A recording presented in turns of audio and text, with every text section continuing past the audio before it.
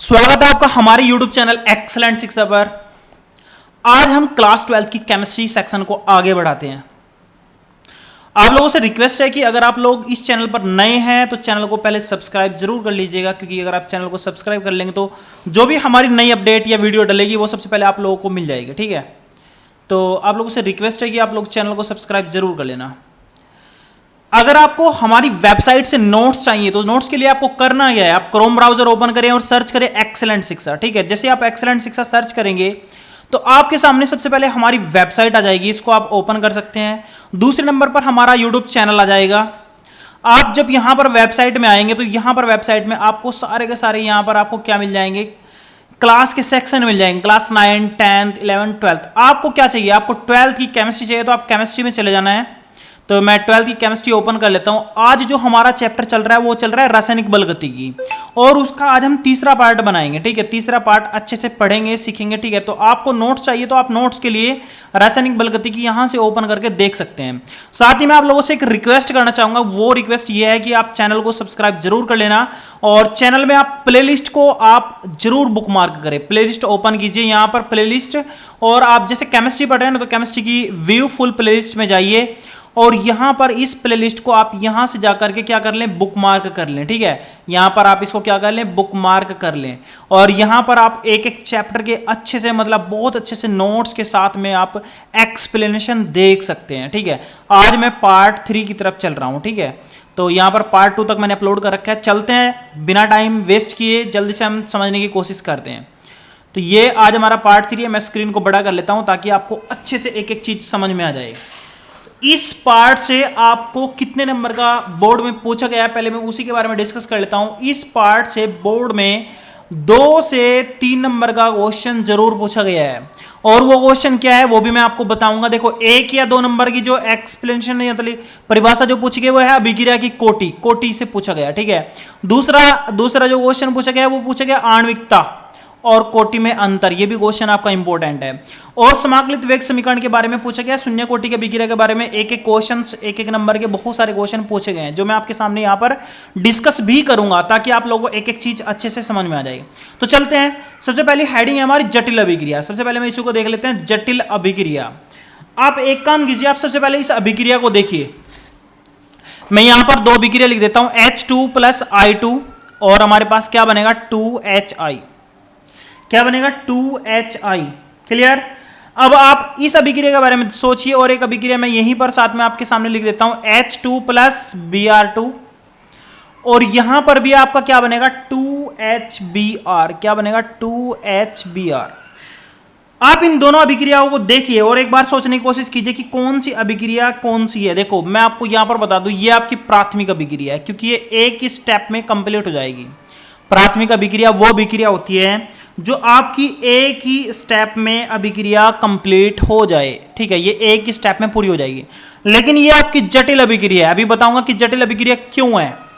ये जटिल अभिक्रिया इसलिए है क्योंकि वो अभिक्रिया जो 2 या 2 से अधिक पदों में संपन्न होती है वो आपकी अभिक्रिया जटिल अभिक्रिया होती है। जो 2 या 2 से अधिक पदों में संपन्न होती है वो आपकी कौन सी अभिक्रिया होती है, जटिल अभिक्रिया होती है।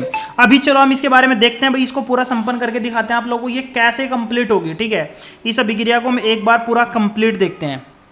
ठीक है, तो इसमें हमारे पास 2 सेक्शन बनेंगे। देखो, इसमें 2 सेक्शन, ये इसके साथ में, ये इसके साथ में जाकर के 2 स्टेप में ये कंप्लीट होगी। एक और इसका अच्छा एग्जांपल आप लोगों को मिलेगा, उसको भी मैं यहां पर डिस्कस कर लेता हूं, जो आप इसकी एक्सप्लेनेशन यानी परिभाषा में देंगे। एक अभिक्रिया देखते हैं, HBr + O2, आपका क्या बनेगा यहां पर आपका बनेगा H2O + HBr, सॉरी Br2, क्योंकि देखो ये O इसके साथ में जाकर के H2O बना लेगा, और यहां पर ये Br अपने आप में कंबाइन होकर के क्या बना लेगा, Br2। चलो एक इसको बैलेंस करते हैं। सबसे पहले हमें बैलेंस करना चाहिए ना, कि सबसे पहले हमें क्या बैलेंस करना पड़ता है, ऑक्सीजन। इधर कितना ऑक्सीजन है, 2, तो इधर कितना करना पड़ेगा, 2, तो अब 2 के 2 से मल्टीप्लाई कर देंगे तो अभिक्रिया आपकी बन जाएगी 2H2 हो जाएगा। इधर आपको 2 बैलेंस हो गया। अभी Br की बात करेंगे तो इधर हाइड्रोजन कितना हो जाएगा, 4, तो इधर आपको कितना करना पड़ेगा, इधर आपको 4 करना पड़ेगा, और इधर आपका कितना हो जाएगा, 2। तो रिएक्शन आपकी पूरी कंप्लीट कैसी हो जाएगी, रिएक्शन हो जाएगी 4HBr प्लस आपका हो जाएगा O2, और रिएक्शन बनेगी आपकी H2O प्लस आपका 2Br2। तो ये रिएक्शन आपकी पूरी की पूरी हो गई यहां पर। अब इस रिएक्शन को आप देखेंगे, ये रिएक्शन आपकी जटिल अभिक्रिया है। कौन सी अभिक्रिया है? जटिल अभिक्रिया। कौन सी अभिक्रिया है? जटिल अभिक्रिया है। क्यों है? क्योंकि दो से ज्यादा पदों में या दो पदों में जो अभिक्रिया संपन्न होती है उसको हम बोलते हैं जटिल अभिक्रिया। चलो इसके एक एक पद के बारे में देखते हैं ये कैसे कैसे संपन्न होगी। तो अगर मैं इसका पहले स्टेप की बात करूं यानी पद नंबर 1, तो पहले पद में क्या होगा? पहले पद में क्या होगा? HBr होगा और वो ऑक्सीजन के साथ में रिएक्शन करेगा और रिएक्शन करने के बाद आपका बनेगा HO और फिर यहां पर आपका बनेगा OBr। ठीक है, देख लो आपके सामने मैं बना रहा हूं और इसको बोलेंगे हम मंद पद। ये बहुत ज्यादा स्लो स्पीड में होगा। इसमें मैंने क्या किया, ये O इसके साथ में ले गए और ये O इसके साथ में ले गए। ठीक है, तो ये एक स्टेप आपका पूरा कंप्लीट हो गया। इस स्टेप में सिर्फ क्या हुआ है कि ये मंद पद के साथ में दो हमारे पास सेटल हो गए। अभी बात करेंगे पद 2 की। इसमें क्या करेंगे, इसमें हमारे पास ये टूट करके एक तरफ हमारे पास टूट करके अलग हो जाएगा। जैसे क्या होगा, अभी हमारे पास क्या है, HO और OBr है। अभी इसके साथ किसकी रिएक्शन होगी? फिर से HBr की होगी, तो हमारे पास यहां पर बनेगा HBr। और अब आप सोच लो, फिर से सेम रिएक्शन आपको करनी है।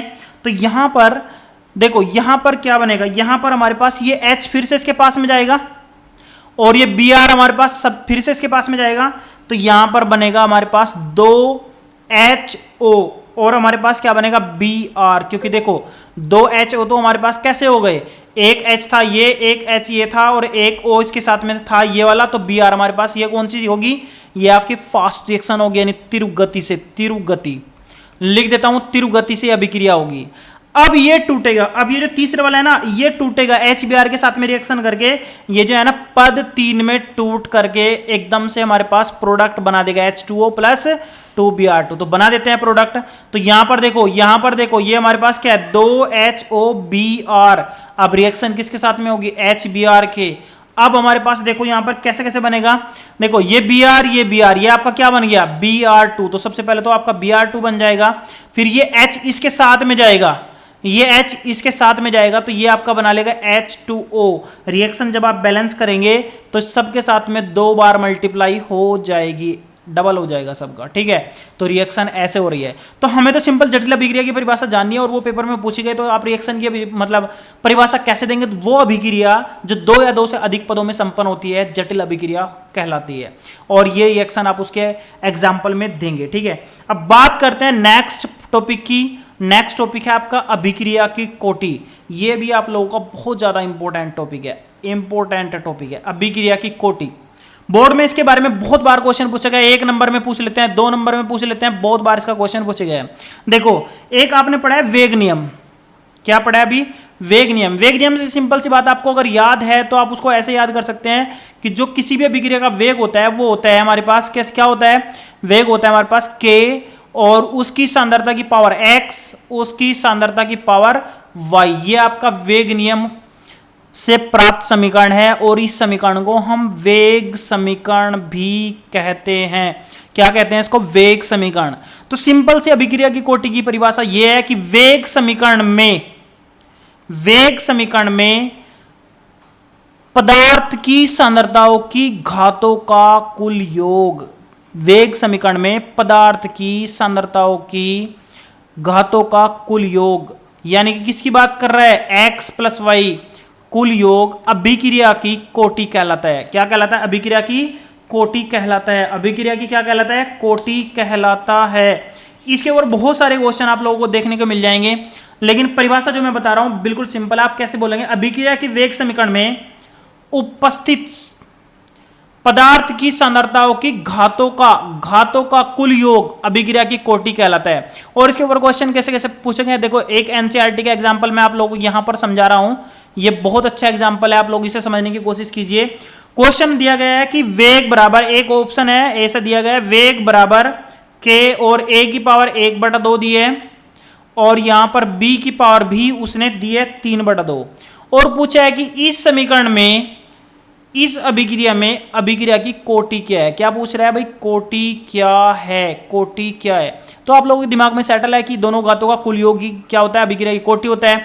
तो कोटि बराबर आप यहां पर क्या लिख देंगे, कोटि बराबर होता है आपका x प्लस वाई और x का मान कितना 1/2, y का मान है 3/2, तो 3 1 4, 4/2, तो आपका आंसर कितना आ जाएगा 2। यह अभिक्रिया अगर आपसे पूछ ले कि यह अभिक्रिया किस प्रकार की है, बोलेंगे आप कि यह द्वितीय प्रकार की, द्वितीय कोटि की अभिक्रिया है। किस प्रकार की? द्वितीय कोटि की अभिक्रिया है। सोचो इसका मान अगर 1 आ जाता तो ये प्रथम कोटि की होती। सोचो इसका मान अगर 0 आ जाता तो इसका मान कितना होता है? ये कौन सी अभिक्रिया होती? शून्य कोटि की अभिक्रिया होती। इसी तरह बहुत सारे क्वेश्चन आपके बन सकते हैं। आप क्वेश्चन में बस इतना याद रखना कि कोटि निकालने के लिए आपको इन दोनों घातों का जोड़ करना है, योग करना है, ठीक है। सोचो एक क्वेश्चन आपके सामने अगर ये आ जाए, इसका आप कमेंट्स में आंसर देंगे। क्वेश्चन में बी लिख देता हूं, ये भी एनसीईआरटी की बुक का है। वेग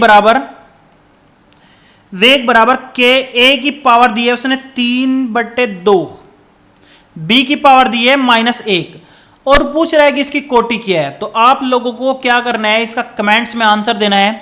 कोटि आपको क्या करना है, इसको जोड़ना है। आपको पता है कि 3/2 और -1 आप जोड़ के कितना इसका आंसर लाओगे, और कमेंट्स में मैं इसका आंसर वहीं पर पिन कर दूंगा कि इसका आंसर क्या है। आप वहां से देख करके इसका आंसर बता सकते हैं, ठीक है। तो चलते हैं नेक्स्ट टॉपिक की ओर। नेक्स्ट टॉपिक है हमारे पास अभिक्रिया की आणविकता और कोटि में अंतर। देखो यहां पर एक हमारे पास है आणविकता और एक हमारे पास है कोटि। तो आपको आणविकता और कोटि में अंतर बताना है। देखो मैंने आणविकता आपको पढ़ा दी है और कोटि भी मैंने आपको बता दी है। देखो कोटि अभिक्रिया की सांद्रता और वेग पर निर्भर करती है, आणविकता इन चीजों पर निर्भर नहीं करती, वो अणु की संख्या को क्या करती है, बताती है। अभी मैं क्या कर लेता हूं, मैं यहां पर आपको बताता हूं। एक तरफ में हम कोटि ले लेते हैं, एक तरफ हम क्या लिख लेते हैं, आणविकता, ठीक है। और मैं कोई भी मतलब सिंपल से मैं 4 यहां पर आपको अंतर बता देता हूं। नंबर 1, सबसे पहले देखो यहां पर हमारे पास कोटि के बारे में। कोटि किस चीज के ऊपर डिपेंड करेगी? कोटि से हमें पता लगता है वेग के बारे में। किसके बारे में पता लगता है? वेग के बारे में। तो इसका मतलब वेग किस चीज पर डिपेंड करेगा? अभिक्रिया की संपूर्ण व्यवस्था पर डिपेंड करेगा। अभिक्रिया की संपूर्ण व्यवस्था पर डिपेंड करेगा कि नहीं? तो आप बोल सकते हैं कि अभिक्रिया की क्रियाविधि के संपूर्ण पदों में जो हमारे पास संबंध रखेगा, विचार करेगा, उसको हम कोटि बोलेंगे। ये किस पर डिपेंड करेगा? संपूर्ण अभिक्रिया पर निर्भर करेगा, संपूर्ण अभिक्रिया पर। लेकिन आणविकता की बात करिए, किसी विशेष पद पर निर्भर करेगा, किसी विशेष पद पर निर्भर करेगा। अब जैसे मैं बोल दूं H2 + I2 बराबर आपका हो गया 2HI, तो यहां पर ये द्विव अणु का अभिक्रिया, एक अणु 2 अणु, तो द्विव अणु पर निर्भर कर। लेकिन ये प्रथम कोटि की अभिक्रिया है। अगर मैं कोटि की बात करूं तो ये कौन सी कोटि की अभिक्रिया है? प्रथम कोटि की अभिक्रिया है। तो यहां पर आपको विशेष पद की बात चल रही है। किस लिए? क्योंकि अणु आणविकता आपकी किस पर डिपेंड करेगी? किसी एक विशेष पद पर डिपेंड करेगी। क्लियर? नेक्स्ट पर चलते हैं। नेक्स्ट पॉइंट देखेंगे हम। नेक्स्ट पॉइंट है हमारे पास अभिक्रिया की जो है ना कोटि, वो अभिक्रिया के वेग और सांद्रता में संबंध बताती है। मतलब आपको पता है कि वेग बराबर होता है k और a की पावर x और b की पावर क्या होता है y। तो यहां पर वेग और सांद्रता में संबंध आपकी कोटि बताएगी। क्या बताएगी? वेग और सांद्रता में संबंध बताएगी, ठीक है। लेकिन हमारे पास आणविकता किसी पद में लेने वाले भाग की अणु बताती है। मतलब आपकी अभिक्रिया में किसी पद में अणु की संख्या को बताएगा, किसी पद में अणु की संख्या। क्योंकि आणविकता हमेशा क्या करती है भाई? संख्या के बारे में बताएगी, कितने अणु उसमें भाग ले रहे हैं, ठीक है। तीसरे टॉपिक की तरफ चलते हैं। तीसरा टॉपिक देखो, ये भी आपका बहुत अच्छा टॉपिक है, याद रखना आप लोग। जो कोटि होती है ना आपकी कोटि, अभी आपने क्वेश्चन निकालता, कोटि आपकी प्लस की हो सकती है, माइनस की हो सकती है, 0 हो सकती है, ठीक है, और भिन्न भी हो सकती है। मतलब कोटि आपकी कुछ भी हो सकती है। लेकिन आणविकता हमेशा क्या होगी? पूर्णांक होगी और धनात्मक होगी। ये आपकी 0 नहीं हो सकती, ये आपकी 1 नहीं हो सकती, सॉरी -1 नहीं हो सकती है, 1/2 नहीं होती है। ये आपकी पूर्णांक होगी और धनात्मक होगी। क्लियर? कोटि आपकी कुछ भी हो सकती है। अभी ये क्वेश्चन बहुत बार पेपर में पूछा गया है कि -1 ये आणविकता हो सकती है या फिर कोटि हो सकती है। आप इसका आंसर क्या दोगे? ये आपकी कोटि होगी या आणविकता नहीं हो सकती, ठीक है। क्योंकि कोटि आपकी माइनस की, प्लस की, धनात्मक, ऋणात्मक, भिन्नात्मक कुछ भी हो सकती है, लेकिन आणविकता हमेशा आपकी पूर्णांक होगी। क्लियर? एक पॉइंट और ले लेते हैं, क्योंकि 4 पॉइंट तो आपको कम से कम लेकर के ही चलने। मैंने 4 वेबसाइट में भी वहां पर डिस्प्ले कर रखे हैं, ठीक है। आप जब भी कोटि निकालेंगे, ये आपका एक प्रैक्टिकल प्रायोगिक मान होगा। क्या होगा? प्रायोगिक मान होता है। प्रायोगिक मान हमेशा प्रैक्टिकल करने के बाद ही आप कोटि को निर्धारित कर सकते हैं। लेकिन आणविकता आपकी प्रैक्टिकल नहीं, ये एक सिद्धांतिक मान होता है। कैसा होता है? ये आपका सिद्धांतिक मान होता है। ये सिद्धांत के बेस पर दिया जाता है, ठीक है। अभी जब हम एग्जांपल ऊपर देख रहे थे H2 + I2, आप इसको देख रहे हैं 2HI, तो यहां पर ये प्रथम कोटि की अभिक्रिया है, लेकिन आणविकता बात करेंगे द्विव अणु का अभिक्रिया है। कौन से भी है? द्विव अणु, ठीक है। ये बात क्लियर हो गई। अब थोड़ा सा आगे चलते हैं। ये टॉपिक आपको बहुत अच्छे से कवर करने चाहिए। अगर आप ये कवर नहीं करेंगे तो इसमें से आपके एक एक नंबर के क्वेश्चन बहुत सारे छूट जाएंगे, ठीक है। थोड़ा सा आगे चलते हैं, समाकलित वेग समीकरण के बारे में बात करते हैं। समाकलित वेग समीकरण, ये भी आपका बहुत अच्छा टॉपिक है और बढ़िया टॉपिक है। देखो, सबसे पहली बात मैं आप लोगों को बताऊं कि अगर हम वेग की बात करें तो वेग हम कैसे निर्धारित करेंगे। मान लो हमारे पास इधर क्या है? रिएक्टेंट, और इधर आपका क्या बन रहा है? प्रोडक्ट। इधर आपका क्या बन रहा है? प्रोडक्ट। तो मान लो रिएक्टेंट अगर इधर 100% है तो इधर कितना होगा? 0। ये भी बात याद रखना, इधर 0% होगा, इधर से घट करके इधर जाएगा, ठीक है। तो हम रेट यानी वेग दो चीजों पर डिपेंड करते हैं। या तो आप -dr/dt निकालेंगे, यानी आप क्या निकालेंगे? अभिकारक की सांद्रता में परिवर्तन की दर। अभिकारक की सांद्रता में परिवर्तन की दर, वो आपका क्या होगा? वेग होगा। या फिर आप इसको कैसे निकाल सकते हैं कि वेग आप ऐसे भी निकाल सकते हैं कि वेग आप कैसे निकाल सकते हैं? प्लस का dp/dt। ये भी वही है, ये उत्पाद की सांद्रता में वृद्धि की दर। उत्पाद की सांद्रता में वृद्धि की दर, ये आपका क्या है? अभिकारक की सांद्रता में कमी की दर। दोनों का मतलब सेम है और दोनों का मान बिल्कुल इक्वल आता है। ये आपका क्या है भाई? वेग है। ये आपका क्या है भाई? वेग है, ठीक है। तो वेग से हम क्या करते हैं? वेग से वेग समीकरण के आधार पर हम कोटि की सहायता लेकर के अभिक्रिया के विश्लेषण करते हैं। अब देखो, मेरे पास वेग समीकरण है। वेग समीकरण में हम क्या करते हैं? वेग बराबर लिखते हैं भाई, वेग बराबर लिखते हैं k, और यहां पर कोई भी आपका सांद्रता होगा, और फिर इधर इसी तरह क्या होगा? कोई भी एक सांद्रता होगा, ऐसे करके लिखते हैं, ठीक है। ये हमारे पास क्या है? वेग समीकरण है। तो मैं इसको ऐसे भी लिख सकता हूं, और वेग की जगह मैं ऐसे भी लिख सकता हूं भाई, dr/dt, और इसको माइनस का भी करके लिख सकता हूं, और यहां पर k, और यहां पर a की पावर कितना लिख सकता हूं? x, और यहां पर b की पावर में क्या लिख सकता हूं? y लिख सकता हूं, ठीक। मैं इसी तरह यहां पर प्लस का करके ऐसे भी लिख सकता हूं, dp/ क्या लिख दूं? dt, और यहां पर k a की पावर में क्या लिख सकता हूं? x, और b की पावर में यहां पर क्या लिख सकता हूं? y। तो आपको बिल्कुल भी टेंशन नहीं लेनी, क्योंकि वेग हमारे पास है ना, अभिकारक की सांद्रता में परिवर्तन यानी कमी की दर के बेस पर भी लिखा जा सकता है। अब उत्पाद की सांद्रता में वृद्धि के बेस पर भी लिखा जा सकता है। तो यहां पर आपको कोई भी प्रॉब्लम नहीं है, ठीक है। यहां तक आपके दिमाग में सेट हो गया। तो आपसे अगर कोई पूछ ले समाकलित वेग समीकरण की परिभाषा क्या होगी? समाकलित वेग समीकरण, आप समाकलित वेग समीकरण से क्या समझते हैं? तो आप यहां पर देखो, मैं फिर से बता रहा हूं कि आपसे अगर कोई पूछ ले समाकलित जो वेग समीकरण है, इससे आप क्या समझते हैं, तो आप क्या बताएंगे? वेग गणितीय समीकरण जो अभिक्रिया के वेग और अभिकारक की मोलर सांद्रता के मध्य संबंध को प्रदर्शित करती हैं। वेग गणितीय समीकरण, वेग गणितीय समीकरण ये भी ले सकते हो आप लोग, और ये भी ले सकते हो। वेग गणितीय समीकरण जो अभिक्रिया के वेग तथा अभिकारक की मोलर सांद्रता के मध्य संबंध को दर्शाती हो, वो आपकी वेग समीकरण होगी। और इसी को आप क्या कर सकते हैं भाई? इसी को आप है ना भिन्न भिन्न रूप में प्रदर्शित करके समाकलित वेग समीकरण निकाल सकते हैं। अब समाकलित वेग समीकरण शून्य कोटि के लिए अलग होगी, प्रथम कोटि के लिए अलग होगी, द्वितीय कोटि के लिए अलग होगी, तृतीय कोटि के लिए अलग होगी। लेकिन इस क्लास में आपको शून्य और प्रथम कोटि के बारे में ही पढ़ने को मिलेगा। शून्य और प्रथम कोटि की अभिक्रिया के बारे में ही पढ़ने को मिलेगा, ठीक है। तो चलते हैं, एक बार हम शून्य कोटि की अभिक्रिया के बारे में देख लेते हैं। तो मैं यहां पर लेकर के चलता हूं शून्य कोटि की अभिक्रिया, ठीक है। शून्य कोटि की अभिक्रिया ये आपका बहुत ज्यादा मतलब इतना अच्छा टॉपिक है। शून्य कोटि की अभिक्रिया ये आपके लिए बहुत ज्यादा इंपॉर्टेंट है, ठीक है। अभिक्रिया देखो, इसमें शून्य आ रहा है ना, तो शून्य का मतलब, शून्य कोटि का मतलब क्या हुआ? इसकी कोटि की जो वैल्यू यानी x + y का मान कितना होगा? आपका 0 होगा। क्या होगा भाई? 0 होगा। तो यहां पर ये तो क्लियर हो गया ना। तो मान लेते हैं हमारे पास कोई एक रिएक्शन है A, और उससे हमारे पास कुछ ना कुछ पदार्थ बन रहे हैं। जैसे क्या बन रहा है? B + C बन रहा है। कुछ भी हमारे पास उत्पाद बन रहे हैं। मान लेते हैं कि A है ना, जब t = 0 था, तो इसकी जो प्रारंभिक, हमने क्या मान लिया? प्रारंभिक सांद्रता, t = 0 पर प्रारंभिक सांद्रता होती है ना, प्रारंभिक सांद्रता हमने इसकी मान ली है। मान लो वो कितनी है? A0 है। कितनी है? A0। कितनी है? A0।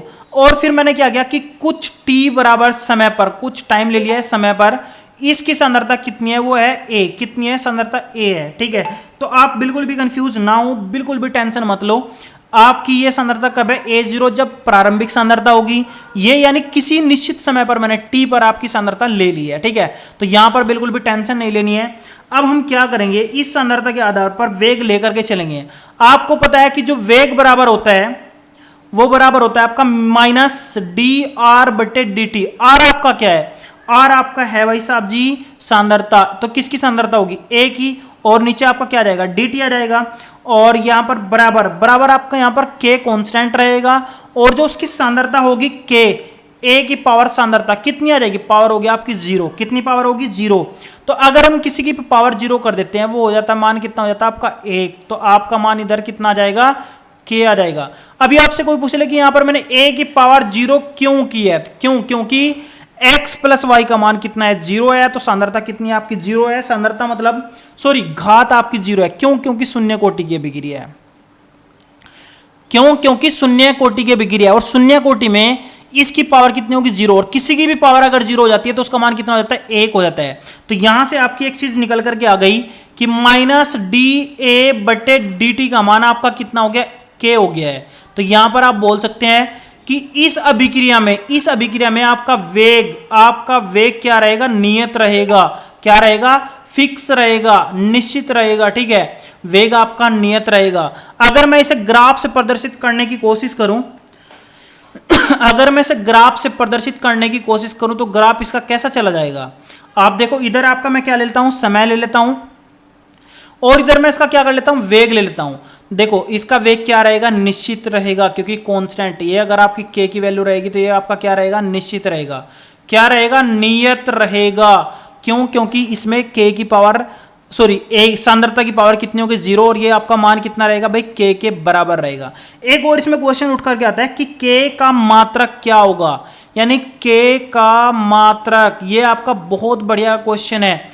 k का मात्रक आपका क्या होगा, जितना मात्रक इसका होगा, यानी इधर क्या होगा, मोल प्रति लीटर, और ये आपका कितना होगा, टाइम सेकंड, तो k का मात्रक क्या हो जाएगा, मोल प्रति लीटर, और नीचे ये आपका सेकंड आ जाएगा, ये आपका इसका मात्रक हो जाएगा। ये बहुत बार पेपर में पूछा गया है, एक एक नंबर में, ऑप्शनल में भी इसको पूछ लेते हैं कि शून्य कोटि की अभिक्रिया में वेग स्थिरांक का मात्रक क्या होता है। वेग स्थिरांक का मात्रक होता है मोल प्रति लीटर सेकंड।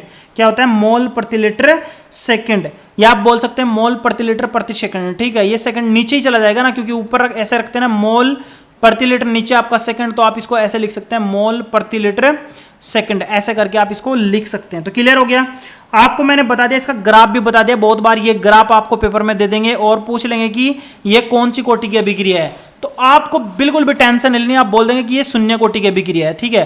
तो आज के लिए सिर्फ इतना है। अगर आपको कोई भी प्रॉब्लम लगती है तो आप एकदम से डायरेक्टली आप हमें कमेंट्स में क्वेश्चन पूछ सकते हैं, या फिर वेबसाइट में आस्क सेक्शन में भी जाकर के पूछ सकते हैं। अभी मैं आपसे एक क्वेश्चन करता हूँ, देखता हूँ आपने कितना पढ़ा है, और अभी आपके बारे में पता लग जाएगा कि आप लोग पढ़े भी हैं या फिर आपने अभी सीखा है कि नहीं, ठीक है। मैं क्या कर लेता हूँ, दूसरे पार्ट में चलते हैं। मैं यहां पर आपको चलता हूं दूसरे पार्ट में लेकर के। पार्ट 4 है ना इसमें, पार्ट अभी मैंने जो दूसरा पढ़ा है आप लोगों को, पार्ट 3 ये आपका आ गया पार्ट 2। आपको मैं एक छोटा सा क्वेश्चन पूछता हूं जो बोर्ड में बहुत बार पूछा गया है, ठीक है। इस क्वेश्चन को आप लोग एक बार देखने की कोशिश करें।